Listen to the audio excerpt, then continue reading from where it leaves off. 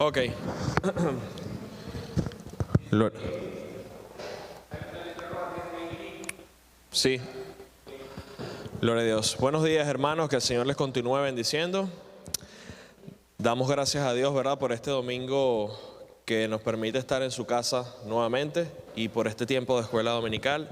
Ya estamos prácticamente finalizando el estudio que estamos haciendo acerca del evangelismo. Espero que haya sido de bendición para ustedes estos últimos 5 domingos, en donde hemos, para muchos quizás aprendido y otros reforzado el tema de ese campo en el cual todos nosotros como cristianos hemos sido llamados. Cada hijo de Dios en esta tierra es un evangelista. Sí, siempre a veces pensamos en aquellos hombres que están por todo el mundo predicando la palabra del Señor. Siempre nos viene a la mente aquellos que son misioneros, que van a otros lugares y se internan allí para llevar el evangelio, para fundar obras, pero no siempre nos acordamos de que a todos se nos dijo: id por todo el mundo y predicad. Y eso es algo que, como hemos hablado en otras ocasiones, no fue opcional. No fue que Dios dijo, bueno, el que considere que tiene la habilidad para predicar o para enseñar, no. Dijo todos. Entonces hemos inclusive dado ejemplos de que todo cristiano que ha entendido el evangelio, con el simple hecho de hasta poder testificar con su vida cómo el Señor ha cambiado, ha transformado su forma de ser, de pensar, de actuar, y las personas que inclusive están a su alrededor pueden observar su cambio de comportamiento, ya esa es una manera en la que usted comienza a mostrarles que el evangelio es real, de que lo que usted está mostrando en las escrituras no es un libro de fantasía, ni de fábula, ni de ciencia ficción. La palabra del Señor es real y realmente transforma los corazones. Entonces quiero darle un ejemplo bíblico. Me parece que es de hecho uno de los ejemplos más claros acerca de lo que es el evangelio, ¿no?, de cómo se ilustra el evangelio. Y quisiera que usted viera el segundo libro de los Reyes, en el capítulo 6, a partir del versículo 24. Vamos a hacer una larga lectura, pero es para que usted pueda entender el contexto y de qué forma nosotros tenemos que vernos identificados con estos hombres que en la sociedad estaban prácticamente excluidos. Y segundo libro de Reyes, capítulo 6, a partir del versículo 24, lo voy a leer, dice de la siguiente forma: después de esto, aconteció que Ben-Hadad, rey de Siria, reunió todo su ejército y subió y sitió a Samaria. Y hubo gran hambre en Samaria a consecuencia de aquel sitio, tanto que la cabeza de un asno se vendía por 80 piezas de plata y la cuarta parte de un cap de estiércol de palomas por 5 piezas de plata. Es decir, para la época eso era una hiperinflación. Yo creo que ni siquiera la crisis de Venezuela y de Cuba había llegado a estos niveles tan elevados. Y el versículo 26 dice: y pasando el rey de Israel por el muro, una mujer le gritó y dijo: salva, rey, señor mío. Y él le dijo: si no te salva Jehová, ¿de dónde te puedo salvar yo? ¿Del granero o del lagar? Y le dijo el rey: ¿qué tienes? Ella respondió: esta mujer me dijo: da acá tu hijo y comámoslo hoy, y mañana comeremos el mío. Cocimos pues a mi hijo y lo comimos. El día siguiente yo le dije: da acá tu hijo y comámoslo, mas ella ha escondido a su hijo. Cuando el rey oyó las palabras de aquella mujer, rasgó sus vestidos y pasó así por el muro. Y el pueblo vio el cilicio que traía interiormente sobre su cuerpo. Y él dijo: así me haga Dios y aún me añada, si la cabeza de Eliseo, hijo de Safat, queda sobre él hoy. Fíjense que estamos viendo el cuadro donde inclusive habían llegado al punto del canibalismo. Era tanta la hambruna en la cual una mujer le dijo: mire, yo me puse de acuerdo con esta muchacha y quedamos para poder sobrevivir un poco más en comernos a nuestros hijos. Entonces ayer lo hicimos con el mío y ahora ella ha ocultado a su hijo para que nosotros no le comamos. Miren el grado en el que había caído el pueblo de Israel en aquel tiempo.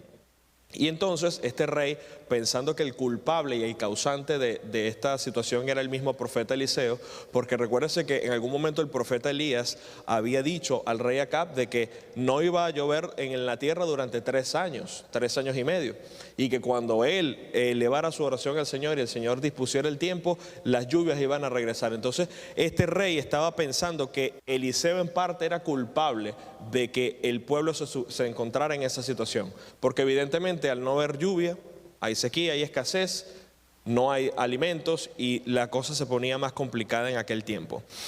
El versículo 32 dice: y Eliseo estaba sentado en su casa, y con él estaban sentados los ancianos, y el rey envió a él un hombre, mas antes que el mensajero viniese a él, dijo él a los ancianos: ¿no habéis visto cómo este hijo de homicida envía a cortarme la cabeza?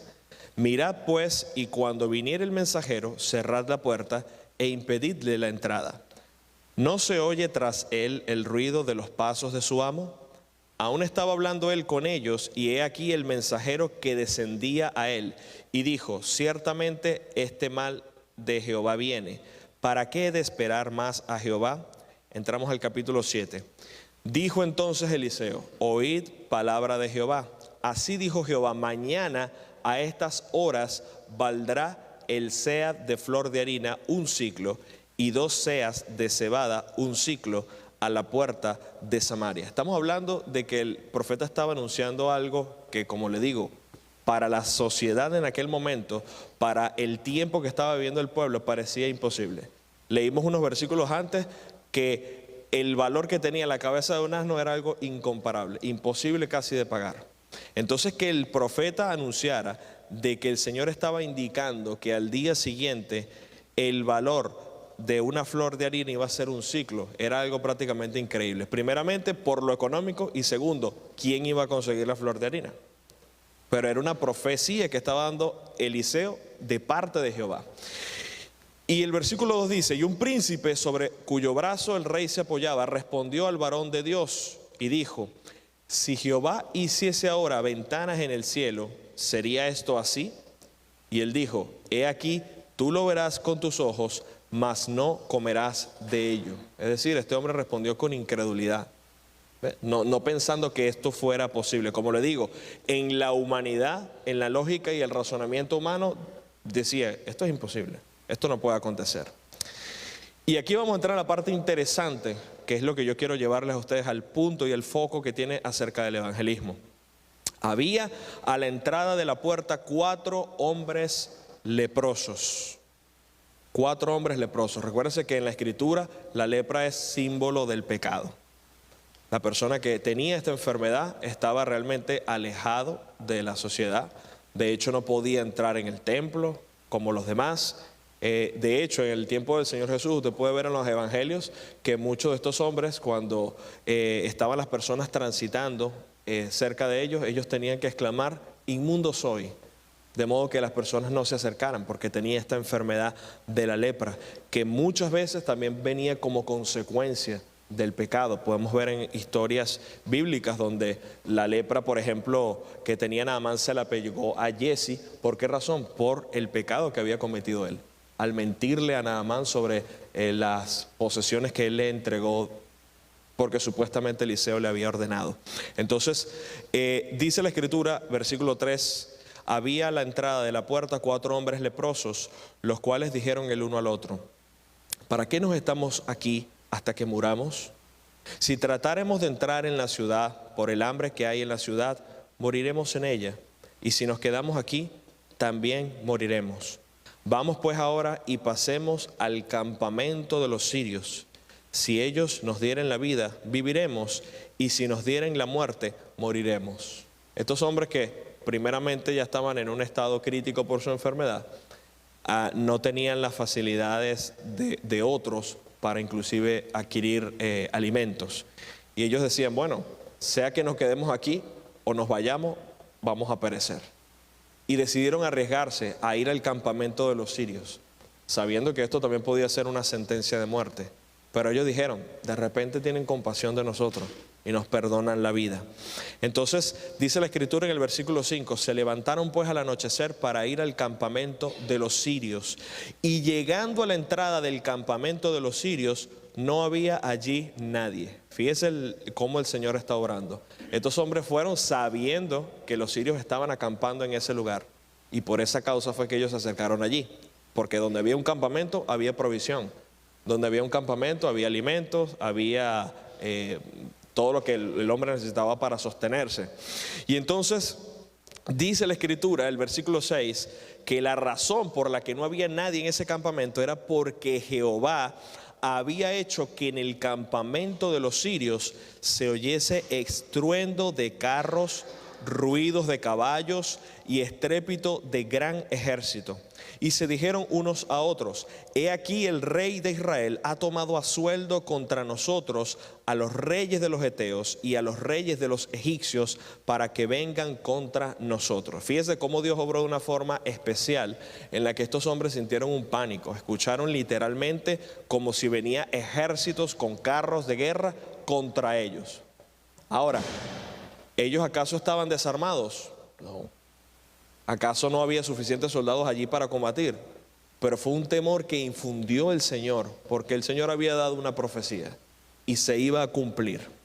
Entonces, seguimos leyendo el texto y el versículo 7 dice, y así se levantaron y huyeron al anochecer, abandonando sus tiendas, sus caballos, ¿verdad? Abandonando todas las cosas que ellos tenían, sus asnos y el campamento como estaba, y habían huido para salvar sus vidas. O sea que prácticamente dejaron todo tal cual como estaba. Todo el botín estaba en el campamento, la comida, el ganado, todo lo que ellos tenían a la mano. Y el versículo 8, cuando los leprosos llegaron a la entrada del campamento, entraron en una tienda y evidentemente vieron comida, estaban hambrientos, comieron y bebieron, y escuche, y tomaron de allí plata y oro y vestidos, y fueron y lo escondieron. Es decir, es como decir coloquialmente, estas personas se ganaron la lotería. No tenían nada, de un momento a otro llegan a un lugar desolado, abandonado, y no solo pudieron satisfacer el hambre que tenía tanto tiempo sin comer bien, sino que dijeron, mira, de paso tenemos piezas de valor como oro, como plata, la cual sabemos que no podíamos obtener de ninguna otra forma. Y agarraron estas cosas, vestidos, y las guardaron. Póngase a pensar en la mentalidad de estos hombres, siendo excluidos de la sociedad, vistos en poco. Imagínense para un leproso en aquella época ser despreciado, aléjate de aquí, impuro, inmundo, rechazado por la sociedad. Entonces estos hombres podían fácilmente haber dicho, mira, nosotros hemos sufrido tanto, además siempre hemos sido rechazados en la sociedad, vamos a aprovechar nosotros y nos quedamos callados, vamos a guardar todo lo que podamos para nosotros, vamos a guardarnos este tesoro tan valioso para nosotros, no le digamos a nadie. Y la escritura dice que ellos tomaron lo que agarraron y fueron y lo escondieron. Versículo 9, luego se dijeron el uno al otro, no estamos haciendo bien. Hoy es día de buena nueva y nosotros callamos. Y si esperamos hasta el amanecer, nos alcanzará nuestra maldad. Fíjense lo que están reflexionando estos hombres, diciendo, es injusto que nosotros nos quedemos callados cuando hay otros en el pueblo que están muriendo, que están pereciendo, que no saben nada de esta gran noticia. Y mire lo que dice el texto. Ellos dicen que si ellos ocultaban eso, su maldad los iba a alcanzar. Iban a venir consecuencias. Entonces dice, vamos pues ahora, entremos y demos la nueva en casa del rey. Las nuevas, las buenas nuevas, las gratas noticias. Es lo que estamos hablando, llevándolo a un sentido espiritual. Estamos hablando acerca del evangelio. Nosotros, como leprosos, como personas que estábamos también viviendo una vida desconectada de Dios en nuestros pecados, en nuestros placeres y viviendo una vida sin rumbo y pensando inclusive que hacíamos cosas buenas para Dios, pero no nos dábamos cuenta de que nuestras obras eran delante de Dios trapos de inmundicia. Sin embargo, pudimos, por la bondad del Señor, por su misericordia, escuchar el mensaje del Evangelio. Y como estos leprosos vimos la maravilla del milagro, ¿no? ¡Wow! ¡Qué bendición poder ahora alimentarnos directamente del pan de vida! De poder beber de la fuente que sacia para vida eterna. Y así como estos leprosos, deberíamos nosotros autorreflexionar y decir: no estamos haciendo bien cuando nosotros miramos al mundo y vemos que el mundo está en un caos total y nosotros mantenemos silencio. Nosotros nos callamos. Mire que el texto dice que estos hombres entendieron de que ellos iban a padecer o iban a tener consecuencias por cerrar su boca. Ayer estábamos hablando en la reunión de caballeros y el hermano Gabriel mencionaba: debemos pensar de que muchas personas con las que usted se va a topar en esta vida, sean sus vecinos, sean sus amigos, sean personas que usted en un momento se topó con ellos, pueden ser el único o uno de los pocos puntos de contacto que esa persona tiene para llegar a Cristo. Porque usted es un instrumento en las manos del Señor que Él quiere utilizar para que usted lleve el mensaje de salvación. ¿Y acaso no daremos nosotros cuentas al Señor por eso? Por supuesto que sí. ¿Cuántas veces no pudimos quizás hablarles a otros y preferimos callar por cualquier factor? Por pena, por temor, el que dirán, para no generar una controversia, cual sea. Pero el Señor nos manda, ¿no?, a ser discípulos. Y ya después, si usted sigue y continúa leyendo la historia, usted se va a dar cuenta de que todo se cumplió al pie de la letra, porque el rey primeramente, no pensando que era verdad lo que decían los leprosos, envió un pequeño grupo a investigar, a ver si era cierto lo del campamento. Y una vez que estas personas exploran el lugar y ven que estaba completamente vacío, entonces se dio una orden y prácticamente fue el pueblo completo a recolectar todo lo que había en el campamento. La comida, el ganado, los caballos, los asnos, todo. Y fue tanto la abundancia que ellos lograron adquirir allí en eso, que como dijo el profeta Eliseo, al día siguiente así mismo se vendió esos alimentos. Bien económico, porque era un motivo de contentamiento y de alegría, ¿no?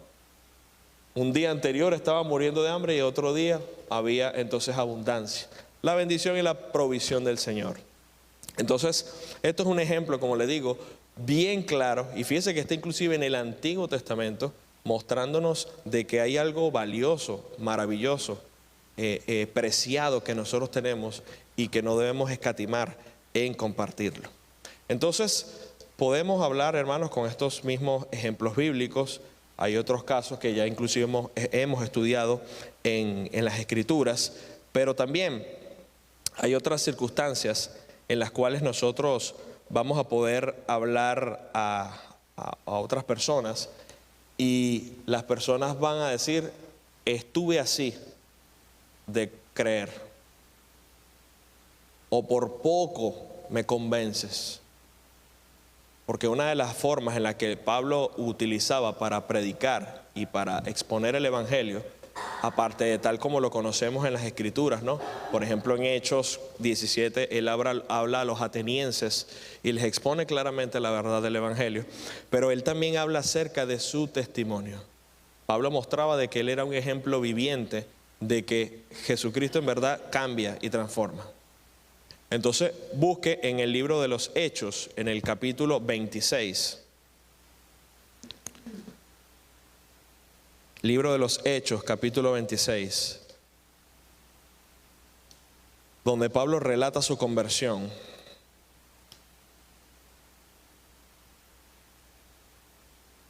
Vamos a leer a partir del versículo 9. Hechos capítulo 26 a partir del versículo 9. Porque de hecho la Escritura nos separa, ¿no?, porciones de lo que vamos a leer. Y primeramente dice Pablo el perseguidor. Versículo 9, fíjese cómo Pablo está ante Agripa manifestando estas cosas. Dice: yo ciertamente había creído mi deber hacer muchas cosas contra el nombre de Jesús de Nazaret, lo cual también hice en Jerusalén. Yo encerré en cárceles a muchos de los santos, habiendo recibido poderes de los principales sacerdotes, y cuando los mataron, yo di mi voto.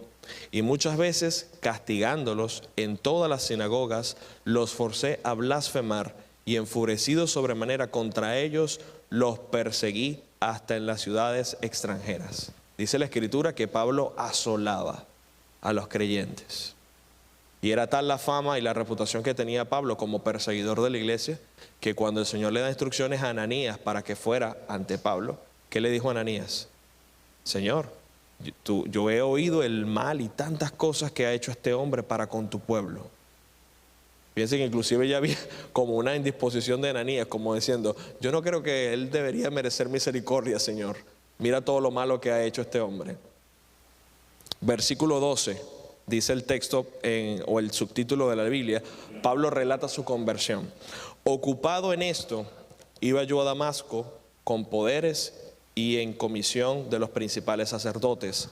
Cuando a mediodía, oh rey, yendo por el camino, vi una luz del cielo que sobrepasaba el resplandor del sol, la cual me rodeó a mí y a los que iban conmigo. Y habiendo caído todos nosotros en tierra, oí una voz que me hablaba y decía en lengua hebrea, Saulo, Saulo, ¿por qué me persigues? Dura cosa te es dar coces contra el aguijón. Yo entonces dije, ¿quién eres, Señor? Y el Señor dijo, yo soy Jesús a quien tú persigues. Fíjense algo interesante. Pablo estaba persiguiendo a los cristianos, literalmente. Pero él no sabía que él estaba atacando al pueblo de Dios. Y el atacar a los cristianos era atacar directamente a la persona de Cristo. Entonces, dice el texto, pero levántate y ponte sobre tus pies, porque para esto he aparecido a ti, para ponerte por ministro y testigo de las cosas que has visto y de aquellas en que me apareceré a ti, librándote de tu pueblo y de los gentiles a quienes ahora te envío, para que abras sus ojos, para que se conviertan de las tinieblas a la luz y de la potestad de Satanás a Dios, para que reciban por la fe que es en mí perdón de pecados y herencia entre los santificados. Qué clara realidad del Evangelio. Este hombre estaba en ese momento mostrando su conversión y mostrando de que no era suficiente con que él nada más se integrara como un creyente más. Él había sido salvo y su mismo ejemplo de vida era para impactar los corazones de otros que estaban perdidos, para llevar, como dice aquí, a aquellos de las tinieblas a la luz, de la potestad de Satanás a Dios. Porque es la realidad bíblica. Una persona que no es un creyente, la Escritura muestra de que está en el dominio del maligno. Aunque la persona en el mundo se sienta muy libre, la realidad es que la persona es esclavo de pecado. Y todavía, bíblicamente hablando, sabemos que es hijo de perdición, es un hijo del diablo, hasta que esa persona acceda al arrepentimiento, crea en Cristo para salvación. Entonces, el subtítulo dice, Pablo entonces obedece la visión. No se rehusó, no se quejó, no puso peros, no puso pretextos. Y entonces dice el versículo 19, por lo cual, oh rey Agripa, no fui rebelde a la visión celestial, sino que anuncié primeramente a los que están en Damasco y Jerusalén y por toda la tierra de Judea y a los gentiles que se arrepintiesen y se convirtiesen a Dios haciendo obras dignas de arrepentimiento. Por causa de esto los judíos, prendiéndome en el templo, intentaron matarme, pero habiendo obtenido auxilio de Dios, persevero hasta el día de hoy, dando testimonio, escuche, a pequeños y a grandes, no diciendo nada fuera de las cosas que los profetas y Moisés dijeron que había de suceder, que el Cristo había de padecer y ser el primero de la resurrección de los muertos para anunciar luz al pueblo y a los gentiles. Versículo 24, diciendo él estas cosas en su defensa, Festo a gran voz dijo, estás loco, porque la Escritura nos muestra que, ¿verdad?, el Evangelio, la predicación del Evangelio es locura. para muchos, en especial para los que se pierden, en especial para los que blasfeman el nombre del Señor, en especial para los escarnecedores que han tomado el Evangelio como motivo de burla. Es triste porque uno entiende la condición en la que se encuentra el ser humano, pero no podemos negar de que aunque hay un esfuerzo sincero de muchos cristianos en predicar el Evangelio, eso no minimiza de que siempre están por allí los burladores, personas que agarran el tema de la Biblia, de la persona de Jesús, y hacen tanta y tanta blasfemia y basura y cosas que comentan, y uno piensa y dice, es terrible porque hay personas que no creen al Evangelio, pero ellos deciden como que cada quien crea lo que quiere creer, ¿no? O bueno, yo respeto que ellos estén en su posición, pero hay otros que se afanan y el objetivo de ellos es hacer quedar en ridículo la fe y la Biblia. Y muchas veces estas personas, sin darse cuenta, no se percatan de que consecuencias vienen seriamente a sus vidas a través de este tipo de actos. Recuerdo que una noticia de un carnaval de Brasil, no me acuerdo en qué año fue, saben que en estos carnavales utilizan estos eventos para disfrazarse, etcétera, y en un momento en este carnaval habían hecho una especie como de obra donde habían puesto a un Jesús de la forma en que ellos pensaban, y a un diablo donde prácticamente el diablo estaba jugando ping pong con el Jesús ese que ellos tenían allí, pues como pisoteándolo, como mostrando de que Satanás tenía dominio sobre él. Y tantas cosas así, y lo que me llama la atención es que precisamente durante ese tiempo de carnaval, o no sé si fue el día siguiente, vino un desastre natural que eso arrasó con esa ciudad donde estaban celebrando estas cosas. Entonces uno dice, ¿casualidad? ¿Coincidencia? Eso uno lo deja para reflexionar, pero con el nombre del Señor no se juega. Y sabemos que estas personas están en tinieblas, pero muchas veces ellos van a padecer por causa de este tipo de actos. Entonces Festo le dijo, estás loco, las muchas letras te vuelven loco. ¿Cuántas veces usted no ha escuchado eso en la Biblia? O perdón, en la Biblia no, en su día a día, que le diga a la persona, mira, el que lee la Biblia se vuelve loco. Eso me lo han dicho a mí muchas veces. El que estudia la Biblia termina en un manicomio. Eso lo dice el mundo. Pero todo lo contrario, más bien el Señor nos saca de la locura en la que estábamos por el conocimiento de la verdad. Porque todo lo que está fuera de Cristo es mentira. Él es la verdad, su palabra es la verdad. Pero así el mundo se expresa, las muchas letras te vuelven loco. Prácticamente tenían a Pablo como un maniático. Mas él dijo, no estoy loco, excelentísimo Festo. Fíjense la cordura, el respeto, la manera de responder de Pablo. Sino que hablo palabras de verdad y de cordura. Pues el rey sabe estas cosas, delante de quien también hablo con toda confianza. Porque no pienso que ignora nada de esto, pues no se ha hecho esto en algún rincón. Y mire lo que dice el versículo 27. ¿Crees, oh rey Agripa, a los profetas? Yo sé que crees. Mira cómo Pablo está indagando y esforzándose, porque cuando usted habla con una persona a la que le está presentando el Evangelio, usted nota inclusive el semblante de la persona. Si es una persona inclusive conocida, a la que usted le ha hablado en muchas ocasiones y oportunidades, sabe que a veces la misma respuesta física de la persona, la respuesta corporal, denota que la persona está escuchando el mensaje, que está prestando atención, que las palabras que usted le está diciendo realmente están calando y llegando al corazón. Entonces Agripa dijo a Pablo, no le dijo, tú eres un loco, chico, como le dijo Festo, le dijo, por poco me persuades a ser cristiano. Por poco me persuades a ser cristiano. Y Pablo dijo, quisiera Dios que por poco o por mucho, no solamente tú, sino también todos los que hoy me oyen, fueseis hechos tales cual yo soy, excepto estas cadenas. Fíjense cómo Pablo está diciendo, no, lo que pasa es que yo sé que tú probablemente no eres un hijo de Dios, no has sido elegido. No, él dijo, ojalá y tú, Agripa, y todos los que están aquí presentes, entendieran el mensaje y creyeran. Porque el Evangelio es salvación para todo aquel que cree. El Evangelio es salvación para todo el que escuche el mensaje. Es el poder de la palabra del Señor. La eficacia está en el poder de la palabra del Señor. Eso es lo que impacta el corazón del hombre. Eso es lo que penetra, como dice la Escritura, hasta partir las coyunturas, los tuétanos. Lo más que inclusive es difícil de ver con nuestra propia vista. Así a ese nivel de profundidad, en la parte espiritual, llega el poder de la palabra del Señor. Y hay personas que como Festo van a decir, tú estás loco, y otros van a decir, por poco me persuades a ser cristiano. Entonces, hermano, esto puede pasar.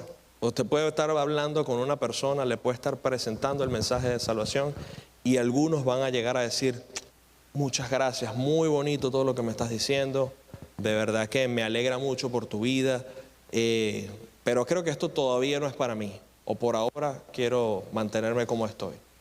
Y el problema, hermano, en que las personas piensan que el hecho de que ellos ahora digan ser creyentes o que ahora son discípulos de Cristo o hijos de Dios, los debe llevar a ellos a dejar y abandonar su estilo de vida.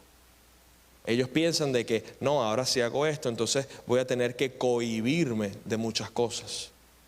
Y entonces el punto es que la persona no entiende todavía que no es ni siquiera una determinación inmediata de él en cambiar las cosas, sino dejar de que sea Dios el que empiece a obrar en ese corazón. Porque ningún ser humano va a dejar o abandonar cosas, sencillamente porque él dice, hoy me determinaré a no hacer tal cosa. Porque muchas personas han dicho, no, bueno, yo en algún momento era esclavo del vicio, etcétera, y me desconecté de eso y nunca más lo hice, así que el poder está en mí. No, porque si quizás te libraste de algo, eres esclavo en otra cosa. O alguien puede decir, no, yo puedo esforzarme para en una semana hacer lo correcto y no pecar. Pero la Biblia nos llama a una vida en santificación hasta que Cristo venga. O sea, las ocasiones, los momentos especiales pueden obedecerlo, pero el Señor está hablando de una vida transformada, de una nueva vida. Pero lo que le digo con esto es que, aunque lleguemos a ese punto, el tema no es seguir insistiendo en el momento. Porque la persona va a pensar que usted lo quiere a la fuerza meter en la fe. Y no es lo correcto. Pablo sencillamente dijo, ojalá y Dios permitiera que no solamente tú, sino todos aquí también creyeran, que tuvieran la misma convicción que yo. Pero no siguió insistiendo en esto porque es un problema y de hecho es peligroso hacer que una persona se sienta incómoda y decir, bueno, está bien, pero hacerlo por salir del paso. Ok, bueno, dime qué tengo que hacer. Pero usted ve que ya hay indisposición, que lo está haciendo como forzado. No es lo correcto. Y también vamos a encontrarnos con casos que son actuados, aunque la intención fue correcta. Recuerdo que un predicador una vez dijo que él es americano, él se encontraba en un momento transitando por una avenida, por una calle, y había un hombre que estaba pidiendo dinero. Entonces, cuando lo ve a él pasando, le dice, amigo, por favor, deme algo de dinero. El pastor se revisa los bolsillos y le dice, mira, no tengo, pero tengo algo más valioso para tu vida. ¿Quieres saber cuál es? Y este hombre dijo, sí, sí. Entonces se agacha y comienza a hablarle acerca del Evangelio. Y empieza a hablarle y todo. Y el hombre parecía estar prestando atención. Escuchó al hombre, asentaba cuando le hablaba de que había pecado, etcétera. El hombre, no, yo entiendo, completamente perfecto. Y sucede que entonces el pastor, viendo que este hombre parecía conmovido por el mensaje, le trata de mostrar de cuál era la manera del arrepentimiento, de pedirle al Señor que le salvara, que se arrepintiera de su pecado. Y él muestra de que este hombre lo hizo en público, sin vergüenza, sin pena. Sí, está bien, ¿qué tengo que hacer yo? Se sentó arrodillado y todo. Una vez que terminó la oración y todo lo demás, y le estaba el pastor como despidiéndose, le dice, ok, pero mira, no me vas a dar dinero, le dijo el hombre. Entonces él le dice, no, te comenté que no tengo nada de efectivo. Si tuviese, yo con gusto te hubiese dado algo. Y el hombre que después vino y se levantó y empezó a decirle 10,000 vulgaridades y todo, y se fue.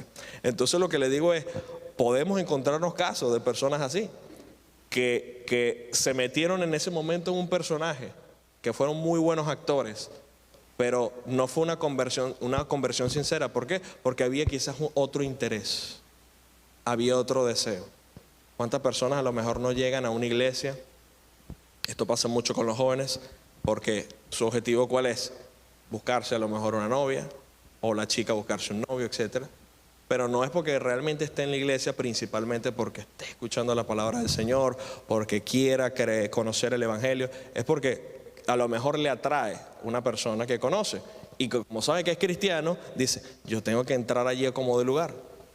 Entonces, lo que quiero mostrarles es la diversidad de corazones que hay en el mundo. Pero nosotros siempre tenemos que estar dispuestos, con mansedumbre, con paciencia, pero con discernimiento, a llevar el mensaje de salvación. No todos los casos van a ser iguales. No todos los momentos de comunicación se van a mostrar de la misma forma. Pero el Señor nos muestra cómo con sabiduría debemos hablar y usar muchas ilustraciones. Ilustraciones que le clarifican a la persona el mensaje del Evangelio. Hablamos de ejemplos como una deuda, hablando monetariamente, imposible de pagar.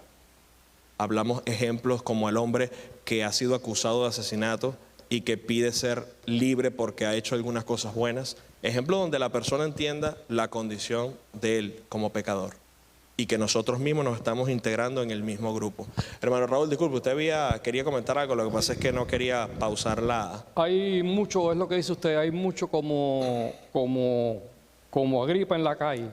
Al que tú le hables, aunque le hables muy bonito, ellos no aceptan lo que tú le estás diciendo, ¿no? Entonces, correcto. Yo creo que esa persona, que posiblemente yo no haya sido la persona única que le haya hablado, o hay otras personas que le hayan hablado, esa persona tiene como el corazón ya alrededor lleno de cebo, entonces no me va a oír ni a mí ni me va a oír a nadie, ¿no?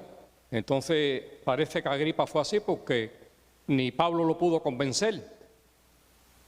Correcto, fíjese que al final, hermano, el tema es, y es lo que hemos hablado nosotros en las enseñanzas, nosotros tenemos que ir dirigidos por el Espíritu Santo, pero sabiendo de que nosotros no somos los que tenemos el poder de convencimiento. Es la obra del Espíritu Santo, la hace Él cuando Él convence al hombre de pecado. Pero aún el hombre, ¿piensa usted que la persona cuando es confrontado con la verdad del Evangelio no se siente ofendido? Claro que sí. No se siente como me estás acusando de un hombre malo. La Escritura lo dice y lo muestra. El tema es si ellos, como dice la Escritura, endurecen su corazón, así como lo hizo Faraón. ¿Ves? El deseo sincero del cristiano es que esa persona creyera el Evangelio y que pudiera acceder como muchas veces nosotros lo hicimos. Yo no sé cómo fue su experiencia de conversión, pero yo sé que todos concluimos en que tuvimos que reconocer nuestra situación ante Dios. No es como que, bueno, sí, yo creo que Dios existe y ya, eso me hace un hijo de Dios. No, no era así. Yo sé que la iglesia es bonita, la gente se congrega, comparte. No te hace eso hijo de Dios. Es conocer al Señor de una manera personal y entender el Evangelio. Mire, yo por muchos años, aunque nací en el Evangelio, yo estuve en una congregación donde, como cosa de los adolescentes y de los jóvenes, empezamos más bien a distraernos en otras cosas y actividades que hacía la iglesia, más allá de estar enfocado en el Evangelio. Era más como querer participar de las actividades de la iglesia y pensar que eso era lo que me hacía un hijo de Dios, pero no era así. Y resulta que llegó un momento en la vida, como le pasa a todos los que han creído, que el Señor tuvo que mostrarte la realidad. Y un predicador en un momento estaba hablando el Evangelio tan claro, y en ese momento yo estaba sentado, y como le digo, tenía años yendo a iglesia, y en ese momento dije, Señor, este hombre soy yo, realmente este mensaje es para mí, yo necesito arrepentirme de mis pecados, ¿qué estoy haciendo yo con mi vida? O sea, yo tuve que reconocer mi pecaminosidad, pero fíjese que estuve muchos años en una iglesia, antes de que ese punto se diera. Lo que quiero decir aquí es que van a pasar situaciones similares, personas pueden inclusive estar en una iglesia y estar sentado en esa silla por meses, hasta por años, y todavía no necesariamente son hijos de Dios. Pero si llega ese momento en que usted comprende el Evangelio y clama al Señor, el Señor obra salvación y cambia las vidas, las transforma. Porque lo primero que hace una persona cuando en verdad ha entendido el Evangelio es empezar a hacer reformas en su vida. Es empezar a poner ya límites, pausas en cosas que estábamos haciendo que ahora entendemos que son pecaminosas. Mire que yo les comenté que hay una actual predicadora en las redes sociales. Ella fue ex Miss Universo en Venezuela en el año 2008.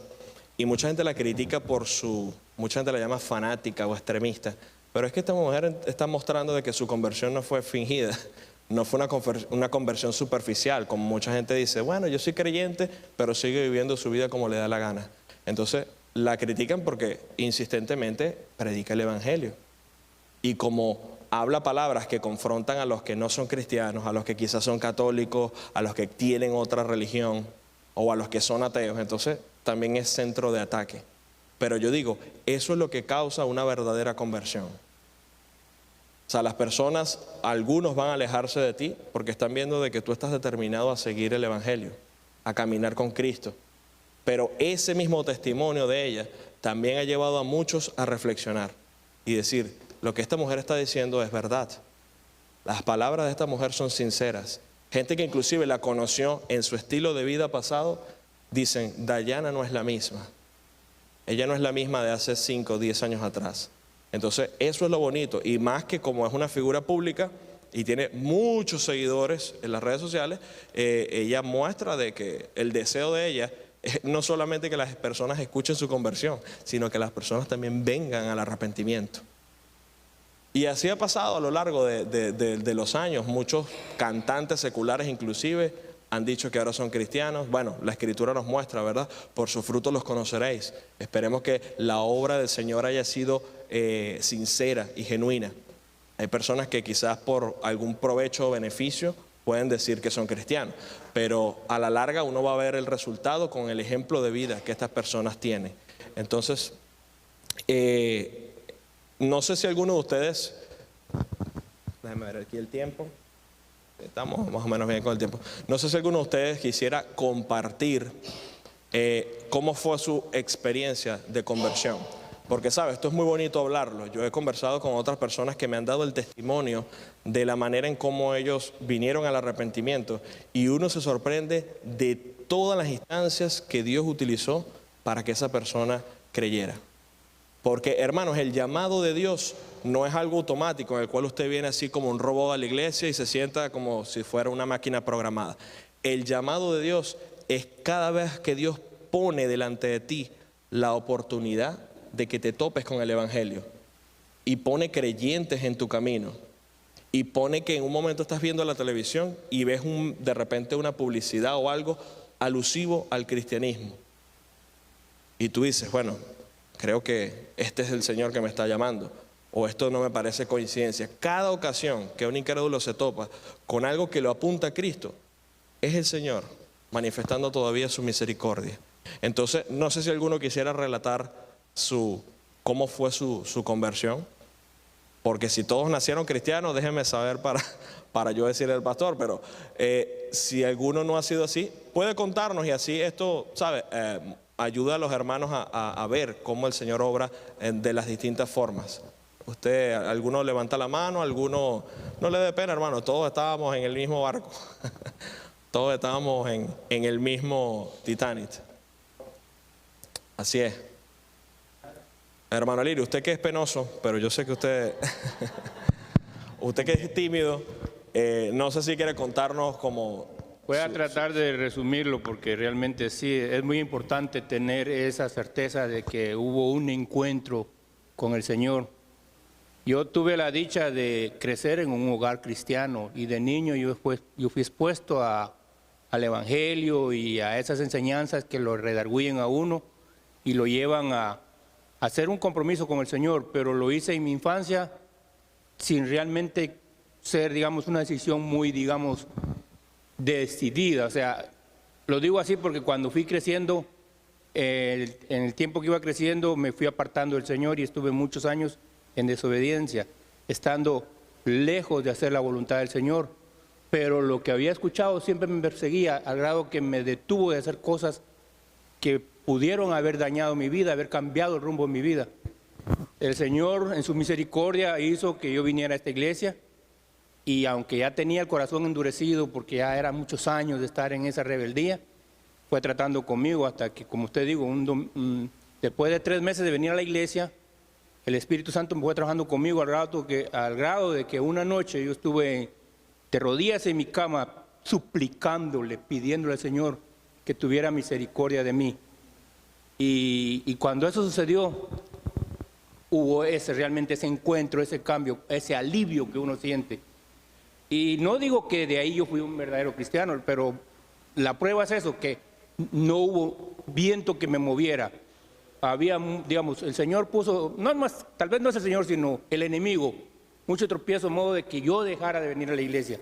Siempre había una razón por la cual yo debía, digamos, desistir, pero yo siempre persistí a pesar de todo, y hasta aquí el Señor ha sido fiel conmigo, y yo estoy muy agradecido con el Señor por eso. O sea, esa es, en síntesis, un poco mi testimonio. Gracias, hermano. Y algo que usted ha mostrado allí es ese tema de la constancia, ¿no?, que tienen los cristianos. Los primeros creyentes, aunque no hayan sido los mismos apóstoles o no hayan sido obispos, testificaron con su vida de que estuvieron dispuestos a morir por causa de la fe. ¿Ve? Usted no ve creyentes genuinos, ¿verdad?, al final desistiendo, ¿no?, porque fue una conversión genuina. Estamos hablando de un nuevo nacimiento espiritual. Estamos hablando de una persona que sabe de dónde el Señor lo sacó, y que ya saber que el Señor ha pagado el precio por sus pecados, que ha dado vida eterna. Eso es el motor que lo mueve, ¿no?, a continuar adelante y sabiendo que el Señor va a seguir guardando nuestras vidas. Él nos prometió, hermanos, he aquí yo estoy con vosotros todos los días hasta el fin del mundo. Pero nosotros pensamos muchas veces, bueno, todos los días que me porte bien nada más, o todos los días que esté en la iglesia, o todos los días que esté haciendo bien por el prójimo, todos los días. Y se nos olvidan estas cosas. Entonces, son tantas bondades, tantas maravillas que tiene un hijo del Señor, que tal como aquellos leprosos, no debemos callar, no debemos ocultar lo que el Señor ha hecho por nosotros. Porque al final de todo, mire, así como usted tiene un deseo sincero por sus familiares, no solamente es por sus familiares que usted tiene que predicar. ¿Ve? Usted no va a decir, bueno, hasta que mi familia no esté salva, yo no voy a ir a otros. No, porque usted no sabe el tiempo. De hecho, usted no sabe si en vida usted va a poder ver esa conversión de sus hijos. Usted no lo sabe. Entonces, el Señor nos ha mandado porque, como dijo el Señor Jesús en un momento, nadie es profeta en su propia tierra. Muchas veces usted trata de presentarle el evangelio a su familia y algunos no van a oír o van a creer de parte de usted. Pero se va a topar con otra persona, a lo mejor en un momento que lo invitaron a la iglesia, y es el predicador que en ese momento Dios utilice, que le enseñó el mensaje. Y usted dice, pero esto es lo que yo por tantos años te he hablado, pero todavía no estaba lista la tierra. Hay tiempo de orar, hay tiempo de preparar, también hay tiempo de cosechar. Pero todos ellos, ninguno desistió, nunca bajaron los brazos. El Señor sabía la obra. Pero también tenemos ejemplos bíblicos donde algunos se toparon con gente que ya estaba allí, dispuesta a recibir el mensaje. ¿Algún otro testimonio antes de terminar? Aquí, la hermanita Ana. Permítale ahí el micrófono. Yo digo que llevar el evangelio es maravilloso, y cualquier concepto que salga del corazón de uno, acompañado con el Espíritu Santo, evangeliza. Quiero decirle que la palabra que me llevó a mí al Señor fue 20. Yo trabajaba con un compañero que yo no sabía que era cristiano, y un día yo lo vi en una guaguita que decía de la iglesia, ¿no? Y él alcanzó a verme a mí. Y yo lo saludé, solamente él me dijo, 20. Y yo le dije, otro día, porque en las condiciones que estoy vestida no voy a poder ir para la iglesia. Pero ese 20 se me quedó en la mente. Eso fue lo que me hizo llegar a la iglesia, al evangelio. Ese 20 me llevó a la iglesia. Y gracias a Dios hace como 48 años que ese 20 todavía lo tengo en la mente y le estoy sirviendo al Señor. Gloria a Dios. Bueno, hermana, fíjese, eso lo podemos asociar como las palabras que el Señor le dijo, ven y sígueme. Él le dijo al joven rico, deja todo lo que tienes, el dinero que tienes, dáselo a los pobres y ven y sígueme. El Señor le había dado a él la mejor oferta, superior a todo el dinero que él pudiera tener. Y así mismo le dijo también a los discípulos, ven y sígueme. Y algunos dejando todo le siguieron y otros sencillamente doblaron y dijeron, no, esto no me conviene, voy a perder mucho. Pero lamentablemente, si nunca se arrepintieron, perdieron su alma y todo lo que tenían, porque nada de lo que está aquí en este mundo nos hemos de llevar. Lo único que nos vamos a llevar nosotros, hermanos, es el perdón de nuestros pecados. Eso es lo único que nosotros vamos a llevarnos. Y vamos a estar en la presencia del Señor. Así que, hermanos, bueno, vamos a finalizar por tema de tiempo. Y el domingo que viene, si Dios lo permite, vamos a tener la última enseñanza tocante al evangelismo, porque el pastor creo que quiere comenzar una serie nueva dentro de 2 domingos, así que les anticipo de que la última va a ser. Y por supuesto, ya teniendo la última clase, vamos a ir ya trabajando en la programación para nuestro evangelismo, ¿no? Ya para ir coordinando los grupos y de qué forma vamos a ir. Y yo pienso que lo más adecuado es el día sábado, porque muchos quizás no trabajan ese día, pero no hay limitantes. Si hay grupos que es más conveniente en la semana, también, pero poner manos a la obra, ¿ven? Para que la obra del Señor siga creciendo. Padre, gracias te damos, Señor, por este tiempo de escuela dominical, Señor, tiempo en donde aprendemos de tu palabra, Señor, donde somos a la vez exhortados para buscar, Señor, ser más como tú. Señor, el mayor ejemplo de amor a las almas lo tuviste tú, Señor. Recorriste tantos y tantos kilómetros para buscar a aquellos que estaban perdidos, para predicar el mensaje de salvación, Señor. Henos a nosotros aquí, Señor, muchas veces cómodos en este país y contentos de tu misericordia con nosotros, pero no somos, Señor, sensibles a la necesidad que hay en el mundo. Debemos ver, Señor, un mundo en un caos completo, en un mundo que cada vez está más trastornado, Señor. Tenemos que imaginarnos cómo será esa generación que se va a presentar un día delante del Señor, una generación deforme, una generación destrozada, marcada por las marcas del pecado. Y nosotros muchas veces, Señor, preferimos callar, preferimos dejar en manos de otros. Ayúdanos, Señor, a comenzar de aquí en adelante, Señor, de una forma más determinada, a tener esa sensibilidad y amor por las almas, Señor, para llevarles el evangelio no solamente a nuestros seres queridos, sino también a otros que no tienen esperanza. Gracias te damos, Padre, recibe toda la gloria por los siglos de los siglos. Amén.